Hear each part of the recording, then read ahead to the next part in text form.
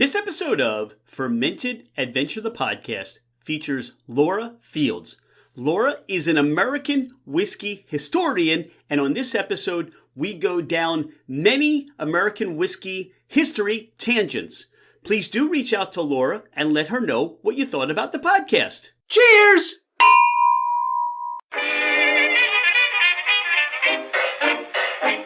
Hello, ladies and gentlemen, craft spirit enthusiasts, and those interested in the intoxicating world of craft distilleries, cideries, meaderies, wineries, and the occasional foray into breweries. It's Rich Shane, and welcome to Fermented Adventure, the podcast, where we bring you the fascinating people that are making the mash, fermenting, distilling, bottling, pouring, and delivering to you some of the finest libations in the world. Before we get started, here are a few housekeeping items. Thank you for bringing the podcast into wherever you are and whatever you're doing. We truly are grateful that you have chosen to listen and make us part of your day. It would mean the world to us if you left a 5-star review. This helps us climb in the rankings, and it makes it easier for others to find us. Don't hesitate to leave us your comments as well. If the podcast didn't meet your expectations, tell us why. We're always striving to improve. You can find us at fermentedadventure.com. We are on Instagram and Facebook as Fermented Adventure. Email us at fermentedadventure@gmail.com. All right, FA Nation, let's meet our guests. She's Laura Fields. I'm Rich Shane. This is Fermented Adventure, the podcast, but this is the tangent, going down a tangent whiskey thing with Laura Fields. Laura, welcome to the podcast again. Thanks. Have we figured out a name for this? We're going to get together every once in a while and just talk whiskey history, rye whiskey history. We're going to drink a little bit. I think we both already started. So this could be interesting and fascinating. But I think the idea is we're going to go down a whiskey tangent, right? Welcome to my world. Every time whiskey comes up or I start talking about it, I end up going down one tangent or another. So it makes sense to call it whiskey tangents. I don't know. Well, I guess we'll see. And that's how our conversations go anyway. I mean, we never really record our phone conversations or, but they just seem to, we start with one thing and the next thing you know, we're talking about this and this and this comes up and then, oh, have you heard of this, right? Yeah, I did that today, actually. Earlier today, I got a chance to talk to Trent Zoller.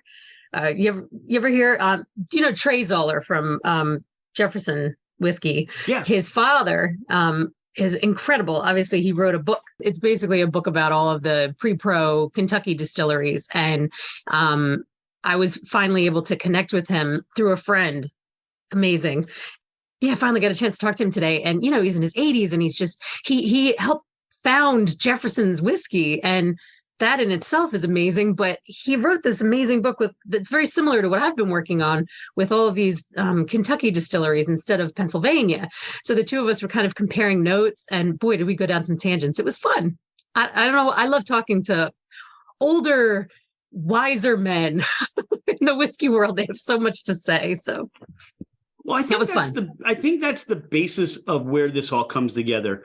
It's your fascination with whiskey history. It's your fascination with Pennsylvania whiskey, Pennsylvania rye history, and all that comes about it with the agriculture of it as well, right? Oh, yeah.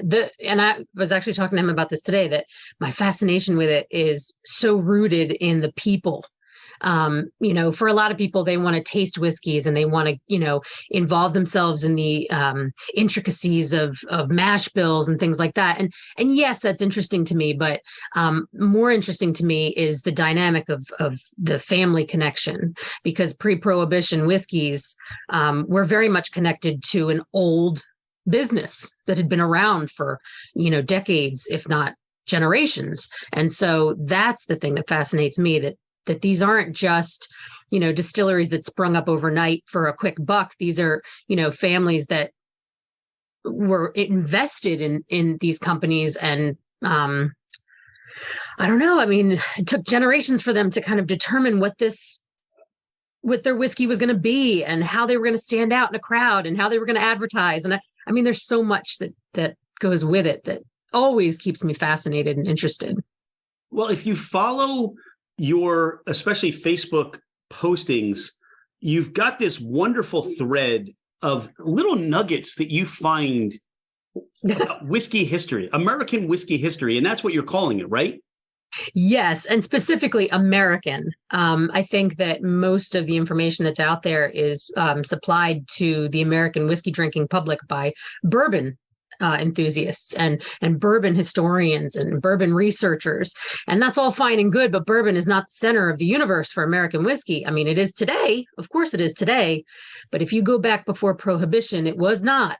The pinnacle of American whiskey before Prohibition was rye. And, the fascinating stories that come out of that are, vast and varied.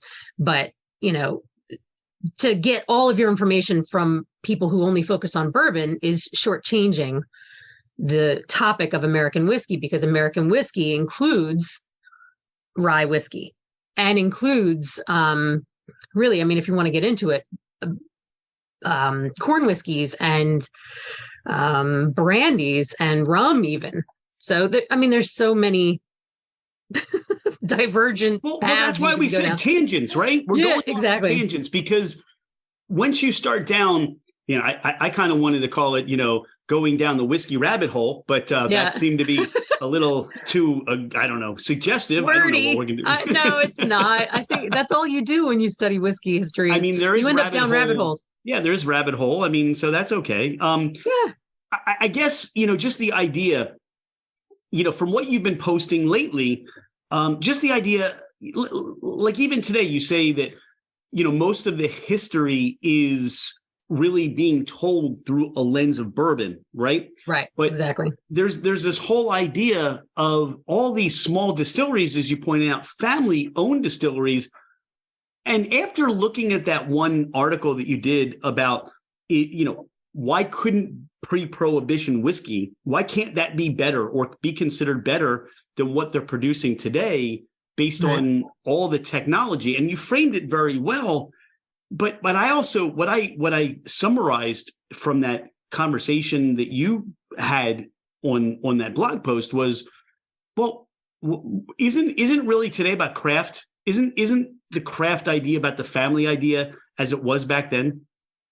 Similarly, it's similar. I mean, there's a huge difference between the whiskey world today and the whiskey world before Prohibition. And that is pretty much wrapped up in the 3-tier system. Before Prohibition, that did not exist. And distilleries were responsible for their own distribution.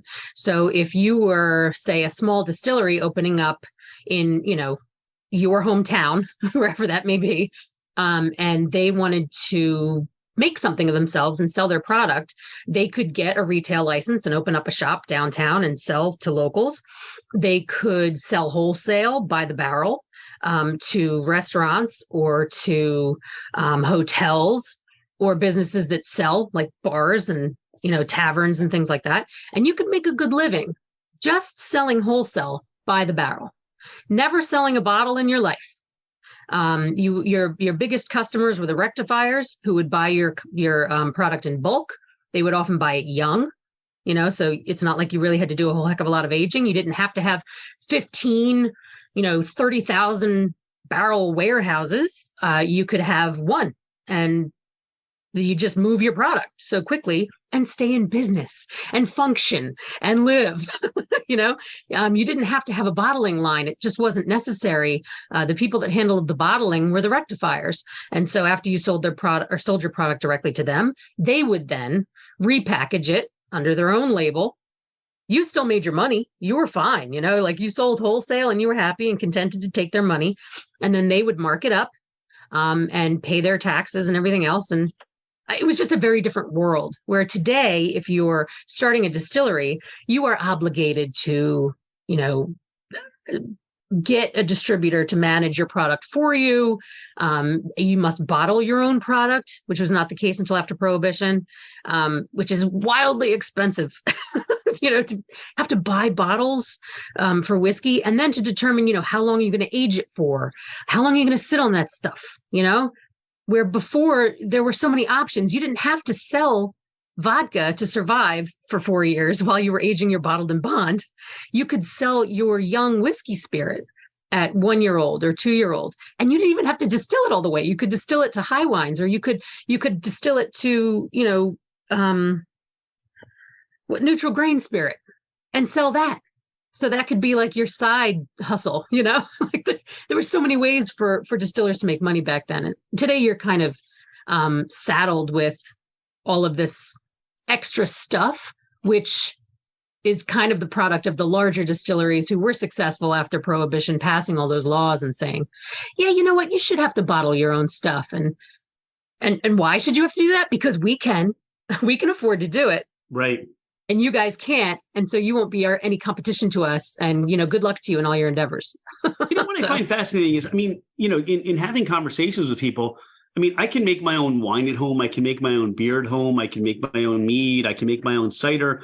And, obviously, as just a hobby, technically and legally, I'm not supposed to be making distilling stuff, right? Right. Yes, that is highly illegal. Yeah. Yeah. There seems to be such a different dynamic as to if I want to become a hobbyist, why can't I do that? But there's so many laws, as you pointed out, that have layered this to remove competition. But we're seeing competition spring up. Look, you and I, we have a limited amount that we share similarly, but we're both drinking what we consider the Dick Stoll birthday whiskey, right? Yeah, the birthday bourbon, yeah. Yeah, the birthday bourbon. And this is from Stoll and Wolfe, and this is a product of love and labor and family. And this is a very similar to just a very craft niche product. So It is being done. It's just being done under the confines and laws of, where we are today. Yeah, no, it's funny. I was talking to Eric about this. Eric Wolfe, owner of Stoll and Wolfe, and saying to him, like, wouldn't that have been great to be able to sell wholesale? And he's like, oh my God, it's like, that would be spectacular. Like, it would be such a different world. And he's like, but I can't think about that. I got a business to run. Of course. So, so he's got a tasting room, which is a new dynamic now. That was not the case. You weren't allowed to sell retail out of a distillery back before Prohibition. That was a big no-no.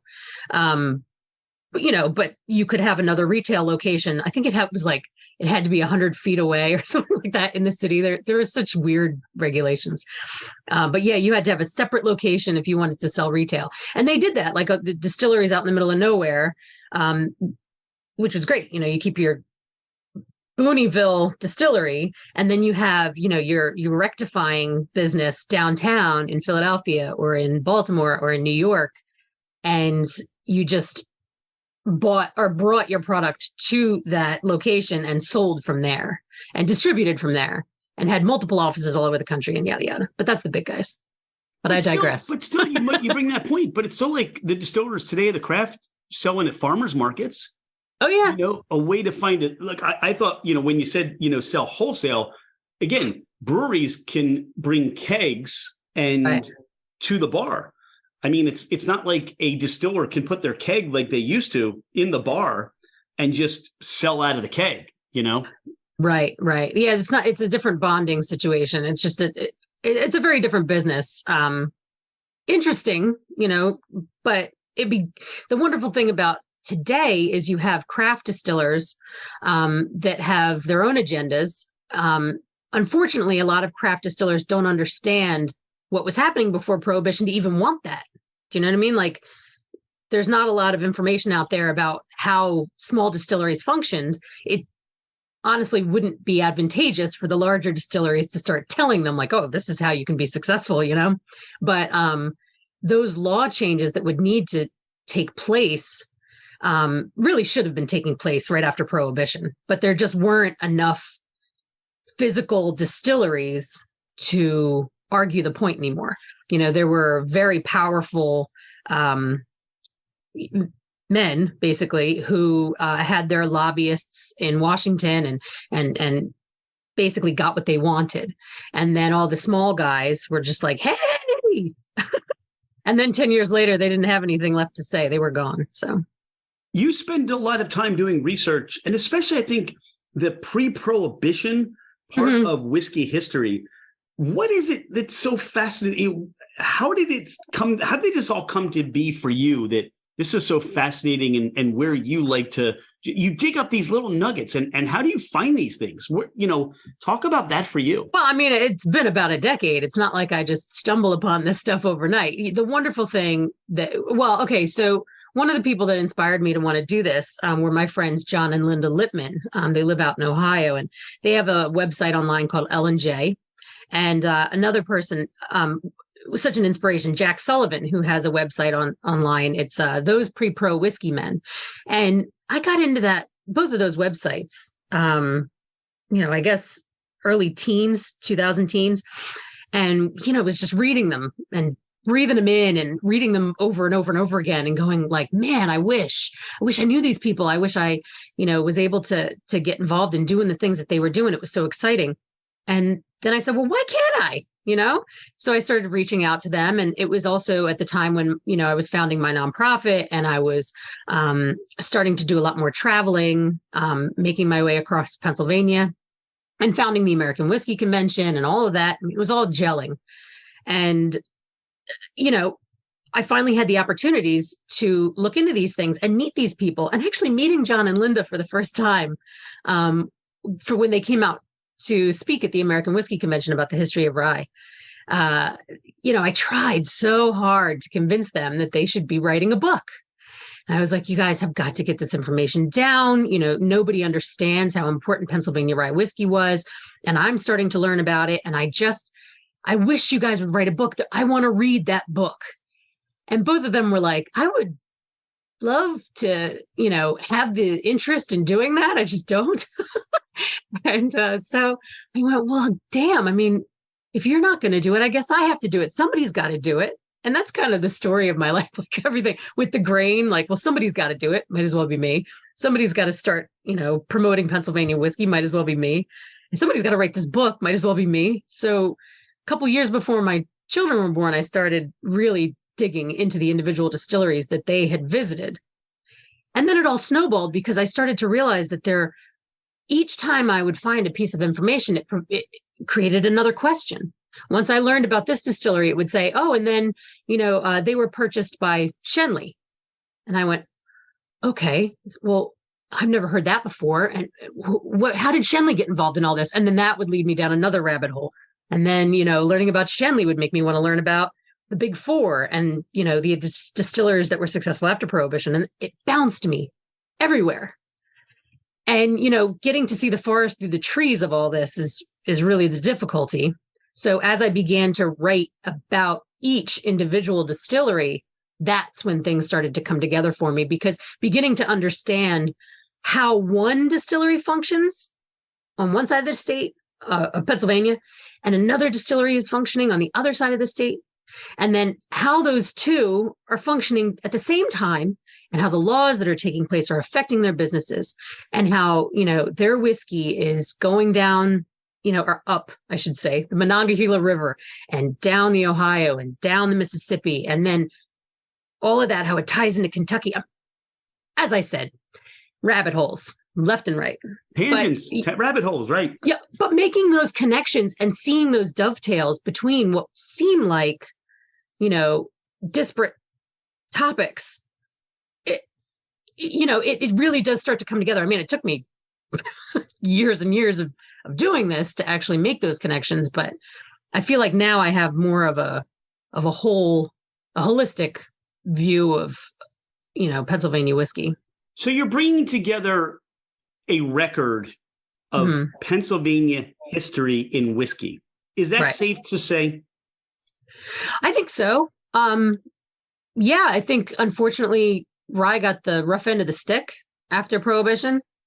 And so much of it has been forgotten. It's another thing I was talking to Mr. Zoller about today, that, the 3-chamber still that Leopold Brothers brought back online, that everybody in the whiskey industry was, oh my goodness, what is this newfangled device? And I'm like reading all these articles going, like, how can no one know about this? This is one of the most impactful inventions for distilling in America. And it has been completely forgotten, like erased, whitewashed. From your research, how is it? I mean, I learn again the same way you learn. You stumble across somebody publishing something, you learn. Okay, Leopold Brothers, 3-chamber still. What the heck is that? How did that come about? Where how did they do that? But it's as if it was an artisan who, you look at some of these older buildings in the United States anyway, built in the 1700s, 1800s, and there's workmanship that you can't find anybody to do today. Right. How did all that get forgotten or just ignored, or just somebody went to a different place and just stopped thinking about it? Well, I think so much of whiskey is marketing. And so you can guide the conversation with, dazzling wording and graphic design. You can basically just craft the story however you like. And it was the winners of Prohibition that crafted the story. And that was the Big Four and the Kentucky distillers, who were basically owned by New York interests, but, were functioning in the same way today. This has not changed. Distillers all kind of fib about who their owners are. And maybe they don't lie per se, but they don't, come out and say like, oh yeah, Big Daddy over here, Diageo or, Pernod Ricard or whoever it happens to be is the one cutting the checks. Nobody talks about that. We talk about these individual independent businesses. And that's the same way that it was after Prohibition. The distilleries in Kentucky were owned by umbrella companies, much like they are today. It hasn't changed much. Nothing wrong with that. Obviously, that's welcome to corporate America. But it's, the Pennsylvania distilleries just kind of got shoved aside because they didn't fit the marketing strategy. If you want to talk about straight whiskey, you can talk about straight whiskey and drown out pure rye and, make that go away. So much so that even, Pennsylvania and Maryland distilleries that were able to survive into the 50s and 60s were basically production centers for Kentucky. So, up into the 70s, Michters was the one making Wild Turkey 101, and before that, it was the Baltimore Pure Rye Distillery in Baltimore. So they didn't start making their own rye whiskey down in Kentucky at Wild Turkey until the mid 70s. And, is that something they want to necessarily talk about? Is that why talk about the success of Pennsylvania rye in a way that's going to undermine your main business? Everybody wants to source and say, we get our whiskeys from here. Really, we source it from elsewhere. It's definitely nothing new, And it's still, for whatever reason, it still remains today, as you pointed out. What I wonder, when you say things like that, I wonder what kind of world, at least a whiskey world, we would live in if rye had a prominent seat at the table. Look, I think what's happening now is, you can share your opinion, but I think rye is nudging its way in very abruptly in different circumstances, very, very strongly, very intentionally. I am excited to hear you say that, but I take it with a grain of salt, and I'll tell you why. Most of the rye whiskey that you see on the shelf is made in Kentucky. And if you understand like how rye whiskey was made and how rye whiskey became incredibly famous in the United States, it was made entirely differently than bourbon. From the fermentation, from the mashing to the fermentation to, step mashing and all that stuff, to the way that it was distilled, the type of still it was distilled in. It went into a chamber still, then a doubler, often a worm, a very long copper worm. It was more similar to single malt Scotch than bourbon in any way. Bourbon is more, compare it more to like single grain whiskeys in Scotland because they're using the column still, and stripping a lot of the character out of the grain, which is fine when you're using commodity grain. There's not a whole lot of character there anyway. But if you're using a specialty grain, it's not going to perform as well unless you're manipulating the column in a certain way, which you can do, like Stoll and Wolfe. But again, it's without that 3-chamber, without the heated warehouses in Pennsylvania, without the entirely different process that they used, you cannot call American rye whiskey today rye whiskey in the same way that it was before it went away. The last remnants of it, even at Michters and Roughdale and things like that, it already started to take on the characteristics of, mass-produced whiskey with a column still. They got rid of, Michters got rid of their 3-chamber, I think, in the late 60s, I think it was, Dick Stoll told me, and moved the column in when Penco took over. And so modernizing almost meant taking away the character that made rye, And so now when you're looking at rye whiskeys, I would say the closest thing that attaches rye whiskey to what rye once was are those that are using pot stills, hybrid pot stills that are really focusing on their fermentation and actually using yeasts that are advantageous for rye. I was listening to an interview with Edwin Foote the other day where he was talking about how they did the switch over from fresh yeast that they had to culture every day to dry yeast that they would order in bulk. And he goes, "Oh, that was great. It was the, greatest thing. It made everything so much easier."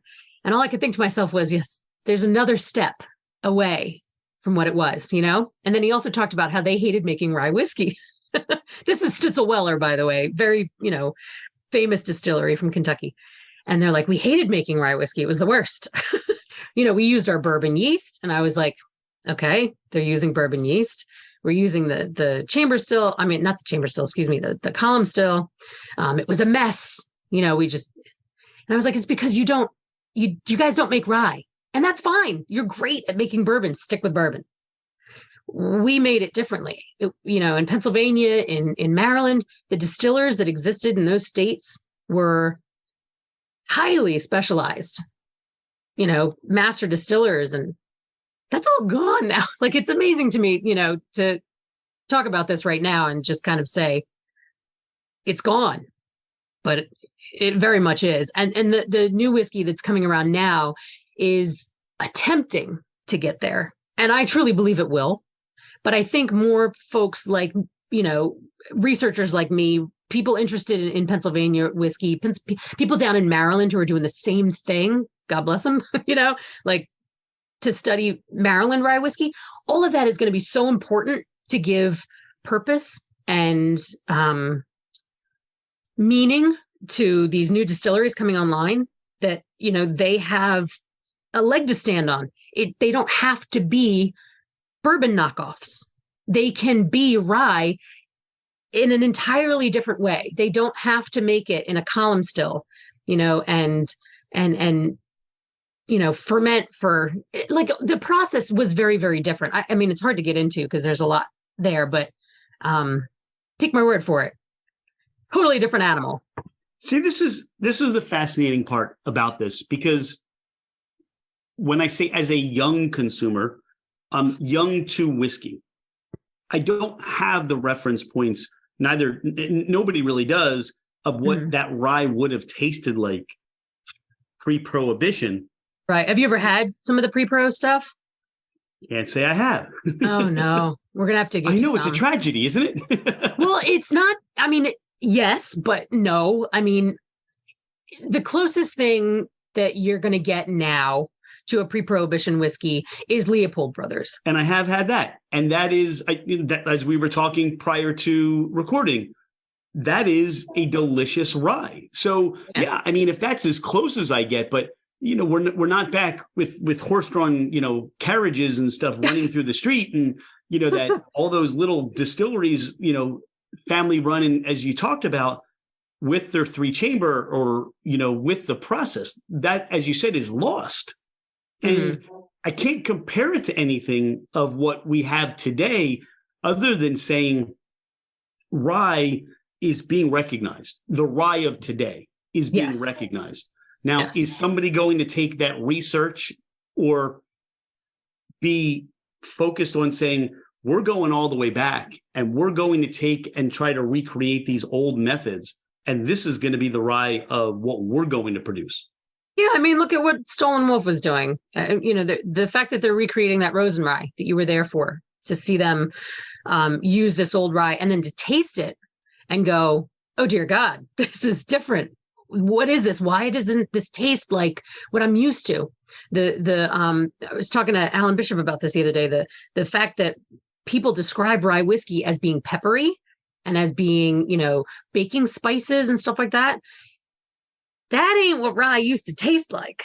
Before Prohibition, those were considered mistakes in the distillate, and you didn't want a peppery characteristic to your rye. You wanted more fruit, herbaceous, heavy,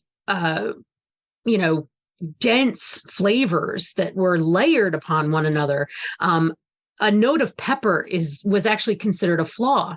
So these characteristics now that we associate with rye, I can't tell you how many articles I've read where they say, this expert panel got together and tasted bourbons and ryes next to one another and could not differentiate between the two. And I'm like, oy vey, okay, yes, you're right. They couldn't. And you know why? Because the two were made identically to one another. You can tweak a mash bill, and any distiller will be able to tell you this. If you're using the same processes to make a whiskey, you can tweak the mash bill in one direction or another. I mean, look at Sazerac rye is 51% rye. And, one of the Four Roses recipes is like 36% rye. Okay, you put those next to each other. Are you really going to be able to taste the dynamic difference between them? They're made so similarly to one another. And I don't want to disparage either one of those. They're great whiskeys. I don't think you're disparaging. I think it brings us back to the idea that rye is not bourbon. Right.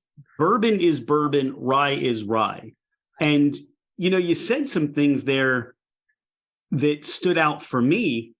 And what stood out was lately, I feel like what I'm enjoying in ryes are ryes that I have to stop and rethink my palate and say, wait a second, I don't get the peppery notes here. I don't get the baking spice, but I'm in love with the floral notes. I'm in love with the grassy notes, the complexity as you characterized.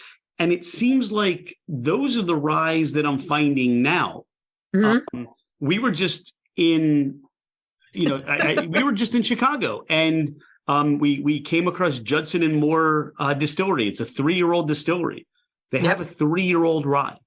And I'll tell you what, it was delicious.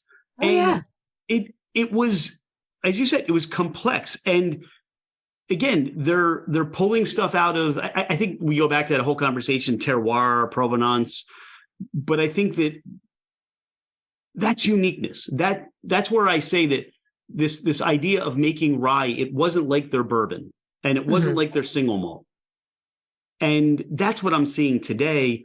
And that's where I'm able to retrain, at least become more associated with maybe what you're saying. And it's the first time anybody said to me, and maybe other listeners on the podcast know this, but it's the first time I'm hearing saying, if you had peppery notes and baking spice, that was considered a flaw.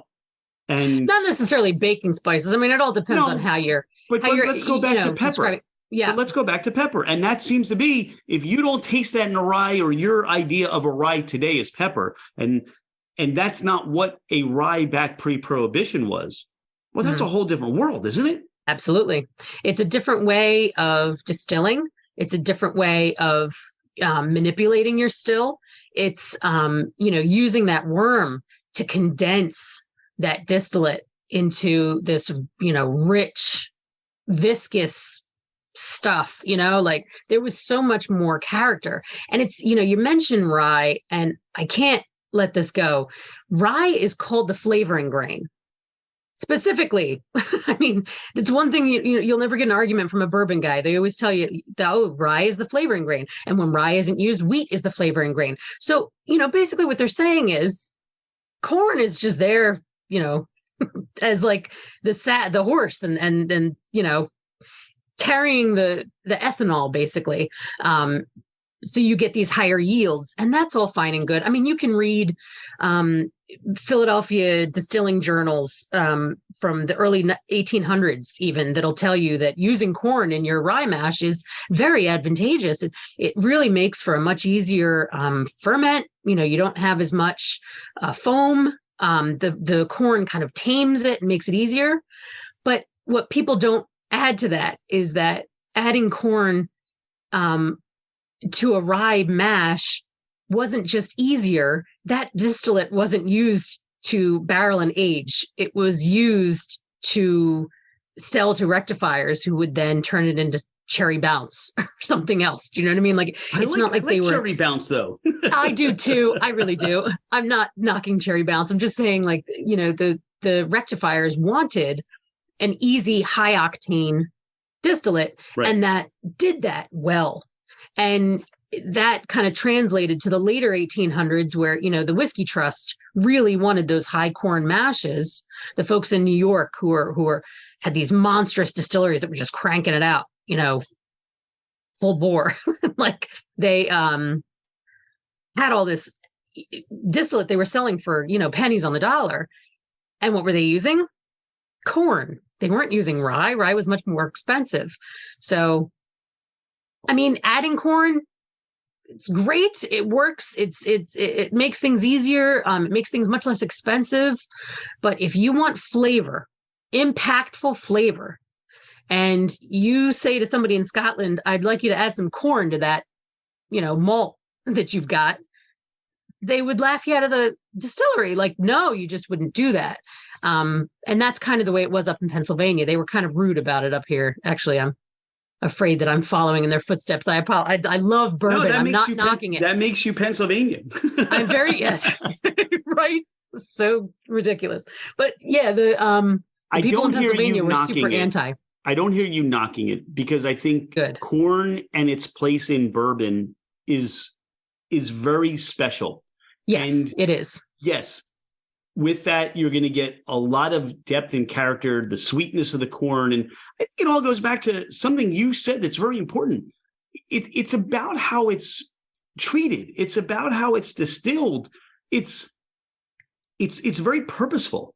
Yeah. It's not this, you touched on somewhere where carrots used to be distilled. I mean, you could pretty much distill anything, right? I mean, at the end of the day, but we talk about where we are now versus where we were. Why did farmers in Pennsylvania grow rye? Why did those distillers in Kentucky and Virginia, utilize corn? And, how did it become the grains of choice versus, so many decisions were made to get to where they were then to get to where we are today. Yeah, I think that's another very oversimplified conversation. You get the easy answer, which is, well, corn grew better in Kentucky. And come on, I guess, but is that why you distilled it? No, you distilled it because you couldn't distill barley because it didn't grow. And you didn't distill wheat because that was an absolute necessity for flour and for food stuff. So, what was something that made excellent distillate back home in, Germany and in Sweden and, Eastern Europe and, right. It was Bavaria and right. There were a lot of rye. Rye was very prominent. And that's right. The Nordic countries. Towards. Yes. Absolutely. I mean, the first settlers in Pennsylvania were the Swedes and, the Germans, and then, the Irish came along, and there's the Scots-Irish. And of course they wanted to, I don't want to oversimplify anything. What I'm saying is that legally, you were not allowed to distill wheat, and they didn't want to distill corn. And even when you start to get closer to the Civil War, corn was very kind of no, because the Southerners used corn in their whiskey, and, we don't like the Southerners because we're near the Civil War now. Right. So you have this very kind of country full of animosity that are pointing their finger and going, those Southerners use corn and those Yankees use rye. And it was that dynamic was taking place. You can't ignore that. happened, so there was that as well. And all of the political stuff behind it, there's so much more than just it grew better up here. Do you know what I mean? It did, don't get me wrong. But this is that tangent, right? We don't know where we're going to end up, but we know where we started. And there's, like you said, it becomes political. It becomes territorial. Yep. It's just crazy how, I wonder, had things not kind of, the dominoes not fallen the way they were and have, what would the world look, what would this whiskey world look like today that you're bringing back the conversation of? I mean, it's so difficult to make that claim. The more I research this stuff, the more I realize that, the cast was set, like the die was cast, or however you want to put it. The way that the country, even with presidential elections, what it came down to was all support of the most powerful. And, in the late 1800s, the most powerful portion of the whiskey industry was the Whiskey Trust. They were set up in Peoria and, That's started Illinois. to. What's that? Yeah, Illinois. Sorry. Illinois. Yep. So, you can't neglect that part of the country either. I mean, we're talking about American whiskey here. This isn't just Pennsylvania and Kentucky and Maryland. You have Illinois, Indiana, New York, Massachusetts, for heaven's sakes, like Ohio. Everybody was involved, down to New Orleans and out to Minnesota and beyond. This is a very universal thing. But now I forgot where the hell I was going with that. Well, we were talking about we were talking about the Whiskey Trust. I mean, you had a wonderful article about Joseph Greenhut, and I think you talked about Samuel Rice, and you brought all that together. And it's funny how you mentioned Samuel Rice and S.M. Rice. He's not really well known in the circles of history in bourbon or whiskey, but then you kind of weave together how I think he was a guy that found his way to being in charge, but he ran on all these ideas that he became, right? He ran against all these ideas he became, as I kind of read the way you kind of framed it. Well, that's everybody, right, as the whiskey world, as the whiskey industry developed, even the people that started out with, ambitions to just, anybody who was super ambitious in the world of whiskey was on par with the railroad tycoons, and they all were friends, the oil guys, and, everybody was vertically integrated and, hanging out and smoking cigars with the same people. It's not that weird that Frick, Henry Frick and Carnegie, and all those guys were all on the same, playing field together. Whiskey was as important, if not even more so, because half of the nation's income was wrapped up in whiskey. So people, it was the hush-hush thing that nobody really talked about, but it was funding the United States government. So there's so many like undercurrents and stuff. And, you bring up S.M. Rice. I mean, this guy, he came out of Hanover Distilling Company, and, kind of moved his way up by, rubbing elbows with the right people. And his ideas were so grandiose and crafty, like his way of manipulating the market was smarter. Now that corporations were taking over, he really understanding how all of that worked and how it could work. And so just as the trusts were moving over to companies and then,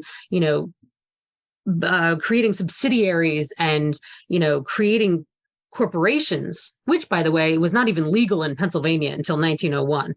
Like, yes, the other businesses in America, like the railroads and the oil companies and the coal and stuff, yes, they had corporations, but whiskey wasn't allowed to. They were barred from becoming corporate until 1901, which is also why there was a big boom. Again, I'm going, sorry, that's tangent. That's our tangent. But the Whiskey Trust was so all powerful in that late 1800s era that they kind of just drowned everybody else out. So even if the rye distillers, independent, wealthy, sitting pretty, weren't allowed to become corporations, by the way, because we're still talking about the late 1800s, where other corporations in New York and New Jersey and other states were quite successful forming corporations. Pennsylvania was kind of on its own and kind of maintaining its own individuality. And that individuality and that independence created value, because everybody wanted it, but not everybody could have it. They were limiting production. So you start to see production numbers between bourbon and rye really shift in those years, where you start seeing bourbon production go way up and rye production come way down. And that's also how rye held its value, because while bourbon was being wildly overproduced, rye whiskey was being tamped. The rye whiskey the owners were working together. And, even the rectifying houses and the liquor wholesalesmen were all kind of talking to one another and managing the situation. And so while the distilleries in Kentucky were all being bought up by the Whiskey Trust, Pennsylvania maintained its integrity and its independence. Now, that is what ultimately became their downfall, because without a corporate umbrella, when Prohibition came along, they were all screwed. Like, even no matter how wealthy they were, if you're an independent business and you don't have, and we see this today, don't we? Yes, where if you're a big company and you want to maintain, your independence, you have to almost sell out, because you need that distribution network and you need that ability to grow. And how do you grow? And how do you stay relevant? And that's effed up.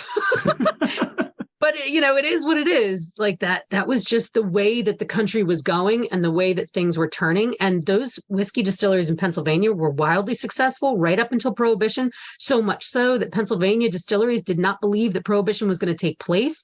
You see articles and news journalists interviewing some of the biggest distillers in Pennsylvania, and all of them are like, this is going to blow over. Those temperance guys are jerks. They're never going to make this happen. And even if they do make it happen, we'll repeal it in a year or so. Don't worry about it. Well, they started to worry about it in 1917 when the war came. And that was that. And then, Prohibition came and they just got blindsided. And, during those years of Prohibition, all those wealthy guys that I was just telling you about died. Because that's 13 years of men who started their companies. They were gray-haired men by the time Prohibition and there was nothing came. to leave their kids. And there, even if that were the case, there was really no businesses that they would want to. There were a lot of bourbon distilleries. History shows that were able to have the lineage, the family, continue to stay involved. And when with that corporate umbrella. Yes, exactly. Yeah. And you're right. It's funny because you talk about this mind frame of saying, we're just going to remain independent and do our own way, but you ignored what was coming. You didn't want to see it because I guess they were drinking their own rye. And yeah, but you wouldn't have to see it. What we can't wrap our heads around today in the whiskey industry is that these men were fifth and sixth generation distillers. They had been through it, like they were distilling long before there was an excise tax. They came from nothing, built their businesses. Do you know what I mean? Like, imagine what it was like for any other company in America who was doing just fine. Look at the cooperage businesses, the companies that were busy, I don't know, sewing machine factories. Anything where you have a business that you've built over generations that you just can't fathom is going to go away. And then all of a sudden, poof, it's gone. And you're not out of money. Like, a lot of these guys did just fine, but they died. And their little spoiled rich sons are now investing in, coal and oil and railroads and dealing with the stock market crash. And but they also have investments outside of whiskey. It's not just whiskey. They're wealthy men. They're not, just relying entirely on a distillery. So they do make it, but they get into other things. They get into chemicals. They get into distilling medicines. Laura, you mentioned East versus West, and I know we started with what we consider the Stoll and Wolfe birthday bourbon. I switched to Quantum Spirits. They have a Solera whiskey. You already switched your whiskey? Oh, I'm on my third, by the way. Yeah, well, I'm enjoying my third. Quantum Spirits. Let's talk more drink, huh? Is in the Western Pennsylvania area. We met them at the Whiskey Rebellion Festival. They were pouring a lot of great expressions, but I really fell in love with the Solera whiskey. That's just delicious. I know we went off a little bit from doing the rye, but I don't know if you switched at all or you're still working on the Stoll and Wolfe. I'm still working on the Stoll and Wolfe. I baby all this stuff. All right. I'm just mad I don't have a cigar right now. Well, that's outside with your turn of the century wood stove. Yes, that's true. That's exactly where that is. And maybe I'll get out there tonight. We'll see. It takes a long time to get that thing cranking. I can imagine. But once it's going, man, that thing looks like a raging furnace. I don't know how that doesn't heat the whole neighborhood. Well, they're not incredible. They're not like the wood stoves today where all the hot air is blowing in. It's a lot of it's going out the pipe. But yeah, it's just fine for me. I love it. I absolutely love it. I don't know what to go to next. I went from Quantum Spirits and I went to the Koval rye that's aged in Amburana barrels. And I've got to get you some of this because please. It's the first Amburana finish. And I really wouldn't have thought about that or really paid much attention to it if I didn't have Pat Tramontano. He's got the Amburana wood, but I've never had the whiskey in that wood. And it is, like 2023's young, but this is almost one of my favorite whiskeys of 2023. It's just delicious. It's, you mentioned high praise. This is like drinking a whiskey bourbon or whiskey apple pie. It's wow. But you've got the rye and the grassy notes and this apple and this peach and these cinnamon and nutmeg, and it's all over the place. So I've got to get I got you a little taste of that one. So that one's a good one. So I don't know what you want to pour for yourself as we kind of start to think about how are we going to wrap this up. I hope. Look, here's the thing. These conversations that I have, I learn so much. And I almost feel selfish that it's almost like if I ask a question, I'm soaking up all this information. Where do you want, you're writing a book, and how close is your book to being published? And when can we see this, on Amazon everywhere? Well, it's tough because, again, talking to Mr. Zoller today, because the reason that I was talking to him is because I was recently sent a copy of his book, and I'd never read it before. I'd seen the cover of it before and was really excited to look at it. And then when I looked at it and realized that so much of it was so similar to the layout of what I had created for my Pennsylvania, I needed to talk to him right away. I was just like, where did you come up with this layout? Like, how did you go about this? And he and I swear, separated it. Just like we were such like minds, and listening to how everything developed, very similar to the track that I was on, and so we have a very similar layout. And I'm looking at that and going like, well, I could definitely do something like what he has done, only for Pennsylvania. And I think that can be its own book because I've written, I haven't counted them, but I think it's like between 150 and 200 individual stories of distilleries that existed in Pennsylvania, about the families, the distillery itself, its output, what type of still, like all that stuff. And then another book should probably focus on the history of Pennsylvania because that's too much to add to this 150 stories. It's just too much. They're not long chapters. I mean, there's enough there to be meaty, right? But you really get an in-depth understanding of what the whiskey world was like in Pennsylvania. And I think the most important thing is you want to make sure that people embrace and understand there's more to this world than what came out of Prohibition. And if you know and you appreciate more of what's going on in the whiskey world, it becomes more interesting, doesn't it? Yes. And part of it for me is wanting to reach out to the whiskey, not even the whiskey world, individuals, right? So my stories are about individuals and their families. Those families are still out there. Most of them have disconnected any,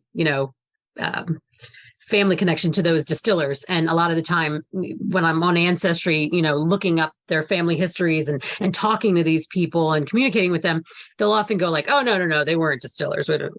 We didn't do that. No. And I'm like, no, look here. And they're like, no, la, la, la. So that's something that I need to fight. Why do you think there's such a desire not to be connected to that then? Prohibition and propaganda against it. It's so far away. For what it doesn't matter. It's with us every single day. Pennsylvania, especially. I mean, you go to the state store, prohibition. Everything about the way that we're like the 3-tier system, the way that our state store system is run, not just ours, Virginia's ABC and Ohio and all these different control states, how reading all the articles about these, giant distilleries that are pissed off at their distribution networks and how they want to, go about it a different way. And I'm like, whoa. I know the history here. And that is some shady business. Looking at all of this through the lens of pre-prohibition, if everybody could do that, this would be a very different dynamic. Like the smaller distilleries would understand that, they can do things differently. They don't have to copy. They don't need to be doing that because what they had was better anyway. And, what they have is so promising and so full of potential and opportunity, having a pot still and having the opportunity to experiment and use interesting small grains and, try different processes. That's priceless. The guys down in the big distilleries down in Kentucky do have lots of experimental batches that they do, but they could never do what these small distilleries could do. And if they stop trying so hard to copy and make their own version of what Kentucky's doing, they would blow it all away. They would just, the distilling industry would be so interesting, So, well, I to that point, that's where I say for what we do with Fermented Adventure, we are finding those interesting. There is a certain track to run on because the consumer is asking for those things. It's right. Like if you walk into a young distillery, right. The first thing most people ask is, where's your bourbon? Where's your bourbon? Do you have bourbon? They don't stop and say, hey, where are you buying? You're a 2-year-old distillery. Where are you getting your juice from? Right. Most people don't think to ask that. Those in the bourbon world do. But when you stop and you find, like I poured Judson and Moore. This is I mentioned them earlier. This is their single malt. And these distilleries are making amazing, creative, they're curiosities. They really are. Mm-hmm. This is grain and smokiness and just delightful mouthfeel and all together. But that's where you have to search. It's not going to be at your liquor store aisle unless right. They have a little craft section. You're not going to find these oddities. You have to go to the oddity emporium. You have to just go and visit these distilleries and see what they're doing. It's incredible. I mean, to get to see even the interesting stuff at one of the big distilleries, you really need to know the master distiller and get a private tour. Like you can't go on those hard hat tours and see all the stuff going on behind closed doors, like you don't even get to see the doubler, like there's so many things that they just kind of gloss over because they don't see it as being necessary to your experience. But when you go to a small distillery, good Lord, they'll tell you everything. Oh, you'll be there for days. You'll be there for days. By the end of the day, you're helping cleaning out, all the equipment. They're sticking you in the still. Here, right. Take the scrub brush with you. Right. There's so much. You're helping move barrels. It's a fun time. Oh, so fun. Yeah. And they're such great people. And they're all such, so happy to have you there because you mean business and their business staying open. And, it's wonderful work what you're doing, like showing off all this variety that's out there because it is so varied. And, talking to Alan Bishop up in Indiana and his Black Forest stills and all the stuff he's doing with brandies, of course he's doing things with brandies. You know, Indiana's famous for its brandies. New Jersey should be doing the same thing. I mean, you know, we look at Laird's and we tend to go like, oh, Laird's, that's bottom shelf stuff. Oh God, no. Like that distillery is the oldest licensed distillery in the country. And yes, they've moved their production facility and yes, things have changed, but it's still in the Laird family. You know, Lisa Laird Dunn is still running stuff. Like this is an incredible distillery. Now, I would really like to go on a detailed tour of that distillery. We'll see how that goes. All right, let's make it happen. I would, oh God, how fun would that be? I've always wanted to see that place because, you know, that's where I'm from. You know, the Colts Neck Inn, where they got their first distillery and everything. Brandy and New Jersey are like this. Same thing with Pennsylvania. Eastern Pennsylvania, huge in brandy. Down peach brandy, apple brandy. What's the one that Pawpaws, persimmons? Like brandy was big doings because everything was cyclical and seasonal. And so you can't make rye whiskey all year long. You make it till you run out of rye. By that time, it's, you know, you're into the fall and winter, and now you're distilling apple brandy. So the same still you were using to make your rye whiskey, you're now using to make apple brandy. And that stuff sold like hotcakes. You made apple brandy as much as you possibly could from as many apples as you could get your hands on, and it was sold out faster than, you know, you could start your next season of distilling. So very, very popular stuff. And, you know, for us to neglect that is, you know, doing a disservice to the history of our state and of, you know, New Jersey's and New York's. And again, this is why I'm glad and I'm grateful for your time that we got to do this. And the education of even just brandies now. You know, so, we were going to stick to whiskey. We were going to kind of focus on PA whiskey. I had a whole bunch of notes here that we didn't get to as far as things to talk about. I guess to ask, you know, for you right now, I know I asked and I didn't get really much of a detailed answer as to when the book comes out. You know, do I ask about a convention that may be coming up soon? Yeah, I'm in the planning stages of it. There were initial plans underway and that kind of got foiled. I don't like blaming things. Whatever can't get done is on me. But there's been so much trouble with COVID and it's such a large scale event. You know, you have 1,000 people coming. The city of Philadelphia has been kind of, you know, tippy-toeing around what I was allowed to do the past couple of years. And now it's, you know, finito. So we can finally start looking at having this as an annual event again. And I think it's going to probably end up being September this year. So once I get things secured and in place and, you know, I have my ticket sales up and running, you'll be the first to know. All right. Well, I won't be because we're recording this and everybody else will be the first to know. But this is the American Whiskey Convention. This would be the 6th American Whiskey Convention, right? Is it? Has it been so many years? Yeah. I mean, we started doing the event in 2016. So it's I just got one of those pop-up memories on Facebook the other day that was like 7 years ago was your first. And I was just like, oh yeah. Wow. So before we go, and this has been a treat, like I said, is there anything else that you want to make sure that we talk about tonight? Any tangent you want to go down before we say goodnight? You know me. You start me again, you'll never shut me up. We'll talk about more next time, I think. Yeah, there's always more to talk about. All right, tangents with Laura, whiskey tangents with Laura Fields. Thank you so much, Laura. Thank you, Rich. Always a pleasure. Cheers. Cheers.